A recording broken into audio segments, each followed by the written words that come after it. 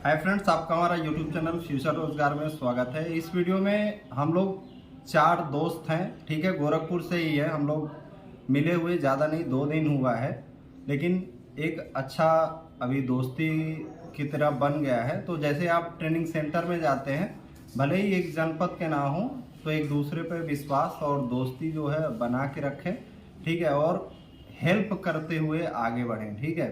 यहाँ पे जो चारों हैं हम लोग सब इंस्पेक्टर यूपी का, अभी आज हमारा ट्रेनिंग का पहला दिन है। और मैं बता दूं आपको, चारों लोग किसी जॉब को पहले कर चुके हैं। सबसे पहले मैं आपको परिचय कराऊंगा बड़े भैया दान बहादुर जी से। फिर सबसे छोटा जो है यहाँ पे स्वतंत्र है, उसके बाद अजीत कुमार राय जी हैं, और मैं आदित्य सिंह, ठीक है। तो भैया जो है 1.5 साल यूपी पुलिस में थे। तो जब आप किसी जॉब में जाते हैं तो वहाँ से जर्नी जो होता है आगे का संघर्ष के साथ बढ़ता है, क्योंकि आपको जॉब के साथ मेंटेन करना पड़ता है अपने काम को। और भैया तो एक सर्विसमैन रहे, तो एक सर्विसमैन जो है, आप मान लीजिए 18-20 साल नौकरी करने के बाद पढ़ाई फिर से कंटिन्यू करना बहुत जो है आपका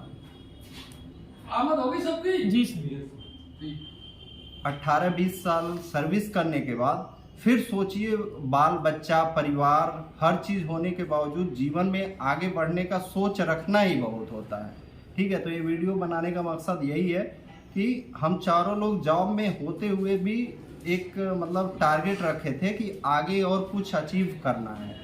क्योंकि मान लीजिए एक बार नौकरी मिल जाता है तो आदमी ढिलवा हो जाता है, ठीक है।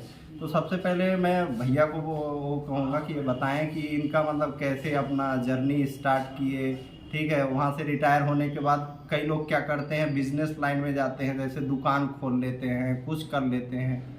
तो इन्होंने क्या सोचा कि मतलब कोई मैं रोज़गार मतलब जॉब की तैयारी करूँगा, ठीक है। बीच बीच में पढ़ाई कंटिन्यू थोड़ा बहुत किए थे कि अचानक में, तो बताइए मुझे। नमस्कार दोस्तों, मेरा नाम दान बहादुर रहा है। मैं सन 2002 में आर्मी ज्वाइन किया था। 2019 अगस्त में मैं रिजाइन लिया उसको आने के बाद मैं फिर मेरा ध्येय यही था कि मैं कोई दूसरा जॉब करूं, और मैं उसमें सफल भी हुआ। मेरा लोअर पीसीएस भी क्वालिफाई हुआ और एसआई भी क्वालिफाई किया मैं, जो मैं आज आप लोगों के सामने मैं यूपीएसआई सब इंस्पेक्टर बन करके आपके सामने दिख रहा हूँ। मैं सर पढ़ाई करने में मुझे काफ़ी दिक्कतों का सामना करना पड़ा, क्योंकि एक परिवार शादीशुदी होने के बाद बीवी बच्चे माता पिता सबको लेकर साथ करना एक संघर्ष था। उसके बाद उसमें एक और दिक्कत थी कि जैसे हम लोग का 17 साल मैं पढ़ाई से दूर था, उसको रिकवर करने में मुझे बहुत टाइम लगा। जो भी मैं पढ़ता था वो मेमोरी में फीड नहीं होती थी, लेकिन मैं कंटिन्यू मतलब उसको जारी रखा। 7-7 8 घंटे कंटिन्यू एक बार बैठ करके पढ़ना काफ़ी दिक्कत होती थी। बट एक मेरे दिमाग में था कि भाई जॉब करना है तो भाई पढ़ाई करनी पड़ेगी। जो मतलब काफ़ी संघर्ष के बाद मैं आज यहाँ आप लोगों के सामने खड़ा हूँ। फिर मैं आमंत्रित करूंगा अपना जर्नी बताने के लिए अजीत भाई को। अजीत जी बताइए, थोड़ा तेज बोलिएगा, आवाज़ जाए वहाँ तक। धन्यवाद भैया, पहली बात हमको यहाँ अपने चैनल पर बुलाने के लिए। और मैं अजीत राय गोरखपुर से हूँ। मैं आरक्षी 2020 बैच का सिपाही हूँ।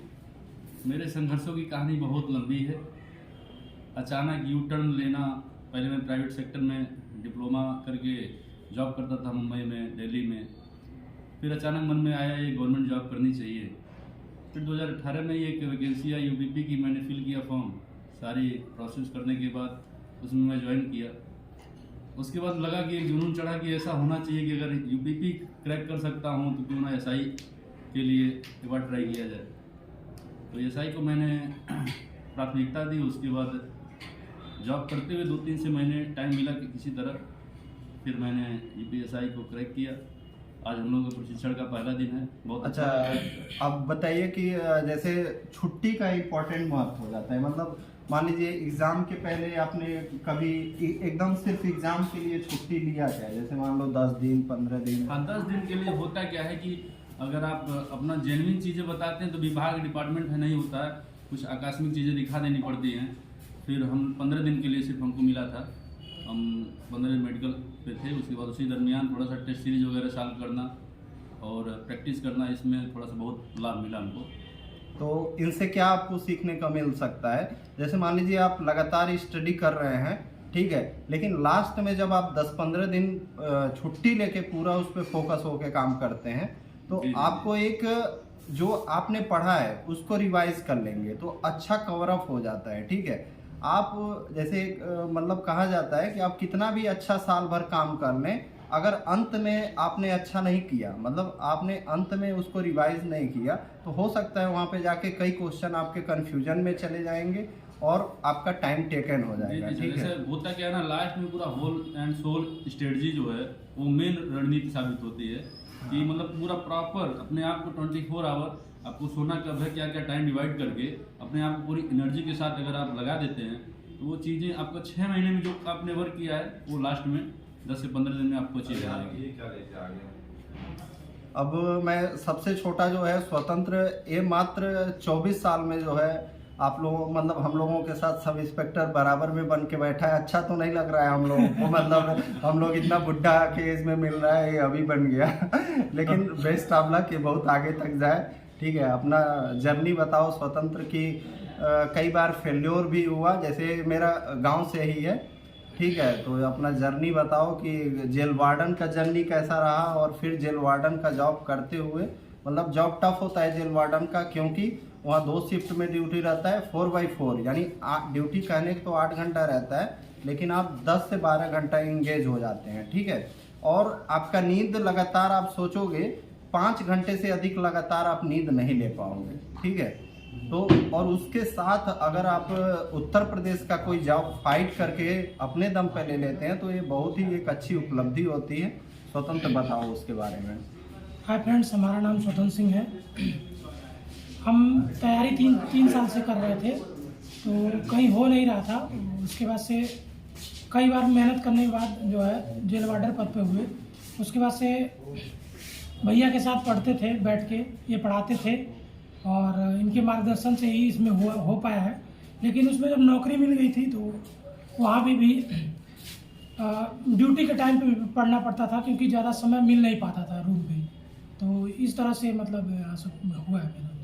तो फाइनल यही है कि टाइम का विशेष ख्याल रखें, ठीक है, और परिस्थितियों को कोसना नहीं चाहिए कि मेरे साथ ऐसा हो गया, मेरे साथ वैसा हो गया, ठीक है। बहुत सी मुश्किलें आते हैं तैयारी में, ठीक है। मैं आपको लास्ट में एक बात यही कहना चाहूँगा कि मेरा RRB NTPC का एग्ज़ाम था, मैं आपको बता दूं, ठीक है, 27 जुलाई को, और 17 तारीख को मेरा मदर का एक्सपायर हो गई, ठीक है। और उस समय मैं दंतेवाड़ा में पोस्टेड था, किरंदुल में। मैं लेकिन लीव में नहीं आया, घर पे बात करके मैं डायरेक्ट वहाँ से एग्ज़ाम देने गया आगरा, ठीक है। क्योंकि कुछ चीज़ें ऐसी होती हैं जो उनको आप बदल नहीं सकते हो, और जो चीज़ आप बदल सकते हो उस पर पूरा फोकस करो। कई लोग क्या होता है मुश्किल समय में टूट जाते हैं, तो मुश्किल समय में टूटना नहीं चाहिए, ठीक है। मुश्किल समय भी निकल जाता है और एक अच्छा समय भी आता है जिसमें आप समाज के सामने एक उदाहरण रखते हैं कि आपने कुछ अच्छा अचीव किया है और बेहतरीन किया है। Best of luck, thank you.